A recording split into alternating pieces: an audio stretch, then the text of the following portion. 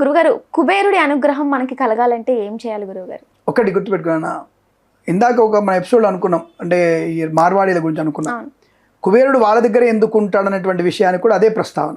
అంటే కుబేరుడికి అనుగ్రహం కలగాలంటే ఫస్ట్ ఇల్లు శుభ్రంగా ఉండాలి, రెండవది మనసు శుభ్రంగా ఉండాలి. సరే, మనసు శుభ్రంగా ఉండలేండి, అది వదిలేటేసేయండి. మనసు శుభ్రంగా ఉండదు ఎవరికైనా సరే, ఎందుకంటే చంచల స్వభావం. అంటే ఒకళ్ళని చూసి ఒకళ్ళకి ఈర్ష్యాసూయాలు. సొంత అన్నదమ్ములు సంపాదించుకున్న, తక్కువలో ఉన్న, మార్కులు ఎక్కువ వచ్చినా, అందంగా కనబడిన ఈర్ష్యాసూయాలు. ప్రతి ఒక్కళ్ళు ఫస్ట్ పెరిగినవి ఈర్ష్యాసూయాలు. అంటే దాన్నే మదము మత్సరం అంటారు. దాన్నే ఇప్పుడు అరిషడ్ వర్గాల్లో మదమత్సరాలంటే అవి. ఒకరిని చూసి అసూయ పడడమే మదం, మత్సరం. ఇటువంటివన్నీ కూడా మనకి ప్రమాదాన్ని కలిగిస్తాయి. కాబట్టి ఫస్ట్ ఆఫ్ ఆల్ అవతల వాళ్ళు ఏదైనా సరే ఒక ఎదుగుదల ఉన్నప్పుడు మనం అప్రిషియేట్ చేయాలి. తప్పకుండా వాళ్ళని అప్రిషియేట్ చేయగలిగితే తప్పకుండా మనకి ప్రయోజనం బాగా కలుగుతుంది. కుబేరుడికి అనుగ్రహం పొందాలంటే ఫస్ట్ నేను ఇందాక కదా ఇల్లు శుభ్రంగా ఉండని చెప్పాను, చాలాసార్లు చెప్తుంటాను. లక్ష్మీదేవి రావాలంటే ఇల్లు ఎంత పరిశుభ్రంగా ఉంటేనే అంతటి మనకి అనుకూల ధన ప్రాప్తి ఉంటుంది. రెండవది, నువ్వు ఏ పనైనా చెయ్యి, ఈవెందో నువ్వు పారిశుద్ధ్య కార్మికుడిగా ఉండు, నువ్వు కలెక్టర్గా ఉండు, నీ పనిలో ఒక నిబద్ధత ఉండాలి, నీ పని నువ్వు గౌరవించే తత్వం ఉండాలి. ఒక యాంకర్గా నీ పని నువ్వు అప్రిషియేట్ చేసుకోవాలి, సెల్ఫ్ రెస్పెక్ట్ ఇచ్చుకోవాలి. అది సెల్ఫ్ రెస్పెక్ట్ ఇచ్చుకోకపోతే కష్టం. సో ఆ self respect is very important. అవతల వాళ్ళు చేసేటువంటి వృత్తి మీద మనకి అసూయ ఉండకుండా ఉండాలి. ఈ రకమైనటువంటి భావాలు కనుక ఇది చాలా ఈజీ, ఉండగలుగుతాయి. మనకి ఉండలేమని కాదు, ఉండగలము. అది కొద్దిగా ప్రాక్టీస్ చేస్తే తప్పకుండా బాగా ఉంటుంది. అది మనం ప్రాక్టీస్ చేయగలిగితే తప్పకుండా మన కుబేరుడు అనుగ్రహం ఉన్నట్టే. ఇది ఒక పార్ట్ ఆఫ్ ఒక విధానం. రెండవది వచ్చేసి డబ్బు విషయంలో 100 రూపాయలు నువ్వు సంపాదిస్తావు, తప్పకుండా నెలకు వస్తే నీకు కనీసం ఒక 25,000 వస్తాయి అనుకుందాం. 25,000లో 3,000 ఇది కాదు అని నువ్వు గల్లపెట్ల పెట్టు. నేను చాలా టీవీ ఛానల్ చెప్పాను. మా అమ్మ ఒక మాట చెప్తూ ఉండేది మాకు, చాలా మా అమ్మ దగ్గర నుంచి చాలా నేర్చుకున్నాను నేను కొన్ని విషయాలు. అందులో సామెత మా అమ్మ చెప్పేది. మా అమ్మ అంటుంది, అంటే నా అప్పుడు ఇల్లు కొనడానికి ఇబ్బంది పడుతూ ఇలాగే ఏంటమ్మా ఎప్పుడు ఇల్లు లేదు, కిరాయి ఇంట్లో ఉండాలి, రెంటింట్లో ఎన్ని రోజులు ఉంటాం మనం, చాలా చికాగ్గా ఉంది, ఎంత సంపాదించ రావట్లేదు అంటే మా అమ్మ అన్నది, నాన్న 1,00,000 వరకు నువ్వు అమ్మవారిని కాపాడు, 1,00,000 తర్వాత అమ్మవారిని కాపాడు, జీవితాంతం కాపాడుతా అని చెప్పింది. సో అంటే 1,00,000 రూపాయలు మనం అర్థం ఏంటి, దాంట్లో 1,00,000 రూపాయలు పొదుపు చేయి. ఫస్ట్ పొదుపు చేసిన తర్వాత నీకు ఆటోమేటిక్గా సంపద పెరుగుతూనే ఉంటుంది. ఎలా గురుగారు అలా? అదే మరి ఇప్పుడు వచ్చిన ఆదాయంలో మనకు కనీసం 20, అందుకే అన్నాను 25,000 మీకు వచ్చింది, ఒక 3,000 పక్క పెట్టేసేయండి. అంటే అది జస్ట్ టోటల్గా అది నో ఇన్ఫర్మేషన్. ఆ 3,000 మర్చిపోవాలి మీరు. ఆ మర్చిపోవడానికి మీరు మీ భర్తకో లేకపోతే మీ భార్యకో అది ఇచ్చేసేయండి. ఈ 3,000 ఇవ్వడం వల్ల 22,000తోనే అంటే మీకు ఏమిటి, నెలకు వస్తానికి 22,000 నా జీతం, 22,000తోనే బతకాలి. 3 నెలలు 3,000 అయిపోయింది. ఒక సంవత్సరం అయింది. సంవత్సరం తర్వాత ఎంత ఉంటుంది అమౌంట్ అక్కడ? 36,000 దాదాపుగా.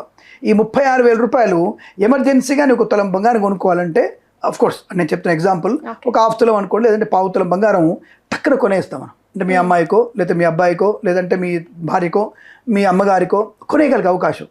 అంటే అనాయాసంగా వచ్చింది, అది ఆయాసపడలేగా, అంటే అనాయాసంగా వచ్చేసింది. సరే, అలా మనము ఒక 5-6 ఏళ్ళు అలా చేసాం. నీ భార్య ఒంటి మీద నీ భర్త ఒంటి మీద కనీసం 1 తులం 2 తులాల బంగారం ఉంటుందిగా. ఈ 4 ఏళ్ల తర్వాత ఈ 2 తులాల బంగారాన్ని మనం ఏదైనా బ్యాంకులో రుణం తీసుకున్నా లేదా ఇల్లు కొనాలనుకుని అమ్మేసినా దానికి నీకు 10 లక్షల డబ్బు వస్తుంది. అంటే నీకు తెలియకుండానే డబ్బు నీకు ఆటోమేటిక్గా వస్తుంది. అంటే ఈ 3,000 రూపాయలు నువ్వు మర్చిపోవడం వల్ల, అంటే దాన్ని కూడబెట్టడం వల్ల, దాన్ని దాచిపెట్టడం వల్ల అమ్మవారు నీకు ఆటోమేటిక్గా, అంటే ఎప్పుడైతే నీకు అవసరమో అప్పుడు నీకు సపోర్ట్ చేస్తుంటుంది. అలా నువ్వు 10 ఏళ్ళు చేస్తే, అలా నువ్వు 20 ఏళ్ళు చేస్తే, దీన్ని సేవింగ్స్ అంటారు కదా, మీ భాషలో సేవింగ్స్ అంటారు. ఇదేమిటంటే మా అమ్మ ఏముంటుంది, 10 లక్షల వరకు, 1,00,000 రూపాయల వరకు అమ్మవారిని కూడబెడితే ఈ 1,00,000 తర్వాత నీకు ఖర్చు పెట్టబుద్ది కాదు. ఈ 1,00,000కి ఇంకో 1,00,000 వేసి మనం ఇల్లు కొనుక్కుందాం, ఈ 1,00,000కి ఇంకో 1,00,000 వేసి మనం ఒక మంచి బంగారం కొనుక్కుందాం. అంటే 1,00,000కి 1,00,000 వేయాలని తప్ప 1,00,000 ఖర్చు పెట్టాలని ఆలోచన చేయదు అమ్మవారు. కాబట్టి అటువంటి బుద్ధి పెరుగుతుంది మనకి. ఎప్పుడైతే పొదుపుతనం పెరుగుతుందో ఆ పొదుపు డబ్బులు మనకు వచ్చే అవకాశం ఉంటుంది. కాబట్టి మనం 1,00,000 వరకు అమ్మవారిని, అంటే ఈ కాలంలో అది 10 లక్షలు, ఆ అమ్మ చెప్పినప్పుడు 20 ఏళ్ల క్రితం 1,00,000 రూపాయలు, కానీ ఇప్పుడు కాలంలో అది 10 లక్షల వరకు అమ్మవారిని కాపాడు, 10 లక్షల తర్వాత అమ్మవారిని కాపాడుతాను చెప్పవచ్చు. కానీ అలా మనము పొదుపుని ఎక్కువగా మనం చేయగలిగితే, అంటే పొదుపు అంటే మరీ 50% అక్కర్లా, వచ్చిన దాంట్లో జస్ట్ 5%, అంతకుమించి అక్కర్లేదు. మీరు 1,00,000 వస్తే 5,000 పెట్టండి, 50,000 వచ్చింది దాంట్లో 2,500 పెట్టండి, 2,500 పెట్టండి, అంతకంటే ఎక్కువ పెట్టక్కర్లా. అలా మనం పొదుపు చేసుకుంటూ వెళ్ళగలిగితే తప్పకుండా మనకి అద్భుతమైనటువంటి ఆర్థిక ప్రయోజనం ఉంటుంది. అలా మన కుబేరుడి యొక్క అనుగ్రహం ఉంటుంది. ఒకటి, కుటుంబపైనటువంటి చికాకులు, మనసుటువంటి అడిషడ్ వర్గాలను కంట్రోల్ చేసుకోవడం, అసూయ లేకపోవడం. రెండవది, ఇల్లు శుభ్రంగా ఉండడం. మూడవది, లక్ష్మీదేవిని గౌరవించడం, ప్రేమించడం. ఈ రకమైనటువంటి భావన ఉంటే మంచిది. అందుకే లక్ష్మీదేవిని మనం గౌరవించాలి, లక్ష్మీదేవిని ప్రేమించకూడదు ఎప్పుడు కూడా. గౌరవించాలంట నా భాషలో. ఏదైతే ఇందాక ప్రేమించాలన్నారు కదా, అంటే ప్రేమిస్తే ఖర్చు పెడతాం మనం. మనది అనుకుంటాం. గౌరవిస్తే సరిపోతుంది, బట్ డోంట్ రెస్పెక్ట్ అంతవరకే, దాంతోనే ఎమోషన్స్ పెట్టుకోవద్దు. అలా ఉన్నప్పుడు ఏంటంటే అవతల వాళ్ళు నా వాళ్ళు అనగానే బాధగా ఉంది అనగానే టక్కున తీసి 100 రూపాయలు ఇచ్చేస్తే అది ఆవేశంతో మనం ఇచ్చేస్తాం. కానీ ఆవేశం తీసుకున్నవాడు తర్వాత మన గురించి మంచిగా మాట్లాడు. కాబట్టి అపాత్ర దానం చేసే ప్రయత్నం చేయకూడదు, అనవసర వ్యక్తులకి డబ్బు ఇవ్వకూడదు, పనికిరానటువంటి వస్తువులు కొనుగోలు చేయకూడదు, పనికిరాని పదార్థాలు తినకూడదు, అనవసరం అడ్డమైనటువంటి ఈ జనవరి 1 అని డిసెంబర్ 31 అని అర్ధరాత్రి వెళ్ళి మద్యపానం చేసి మాంసం ముక్కలు తిని మర్నాడు మధ్యాహ్నం వరకు లేవకూడదు. అంటే ఇవన్నీ పనికిరాని ఖర్చులు. ఇటువంటి పనికిరాని ఖర్చులు పెట్టుకొని మనం ఇబ్బంది పడి ప్రమాదంలో పడిన అవకాశం ఉంటుంది. కాబట్టి తెలివైనటువంటి విలువైనటువంటి సమయాన్ని మనం డబ్బు కనుక ఇస్తే తప్పకుండా ఆ లక్ష్మీదేవి మనల్ని కాపాడుతుంది. కుబేరుడు ఎప్పటికీ మనతోనే ఉండే అవకాశాలు ఖచ్చితంగా ఉంటాయి. ద మోస్ట్ ఇంపార్టెంట్ అసూయ లేకుండా చూసుకోండి. మన వాళ్ళ మీద కనీసం ఎఫెక్షన్ పెంచుకునే ప్రయత్నం చేస్తూ అందంగా మనం ఉండాలి, మన మనసు అందంగా ఉండాలి, మన కుటుంబం అందంగా ఉండాలి, మన ఇల్లు అందంగా ఉండాలి, పొదుపు చేయాలి. ఈ విషయాలు గమనించుకుంటే కుబేరుడు ఎప్పటికీ మనతోనే ఉండే అవకాశాలు ఖచ్చితంగా ఉంటాయి, సందేహం లేదు. గురుగారు, కొంతమంది కుబేరుడి విగ్రహాలు కానీ లేదంటే ధనాకర్షణ కోసం కొన్ని ఫోటో ఫ్రేమ్లు ఉంటాయి, అవి పెట్టుకున్నా కూడా కొంచెం మంచి జరుగుతుంది అంటారా? అవి నమ్మొచ్చు అంటారా? తప్పకుండా నమ్మొచ్చు. అదే అంటారు, ఇప్పుడు ఎక్కడో ఉన్నటువంటి అంతరిక్షంలో ఉన్నటువంటి ఈ యొక్క ఉపగ్రహము ఒక రాగి రేకు ద్వారా మీకు చిప్ ద్వారా నడుస్తుందని చెప్తున్నారు కదా. ఒక చిప్ ద్వారా శబ్ద తరంగాలో లేదంటే దృశ్య తరంగాలో చెప్తున్నారు కదా. అలాంటిది మరి ఎక్కడో ఉన్నటువంటి దాని మీదనే రాగి రేకు మీద రాస్తారు వాళ్ళు. ఇవన్నీ కూడా డిజైన్ చేసేది చిప్పులన్నీ కూడా రాగి రేకుతోనే ఉంటాయి, రాగి హీలియం వాటితోనే చేస్తారు మీకు. అలాంటి దాంట్లో అంత పవర్ ఉంటే మరి బీజాక్షరాలతో చేసినటువంటి అమ్మవారి మంత్రం శ్రీం హ్రీం క్లీం గ్లౌం గంగణపతయే వరవర సర్వజనమే వశమానే స్వాహ అనేటువంటి మంత్రాన్ని ఆ బీజాక్షరాన్ని రాసి దానికి జపం చేస్తే దానికి పవర్ తీసుకొస్తే ఎందుకు పవర్ ఉండదు?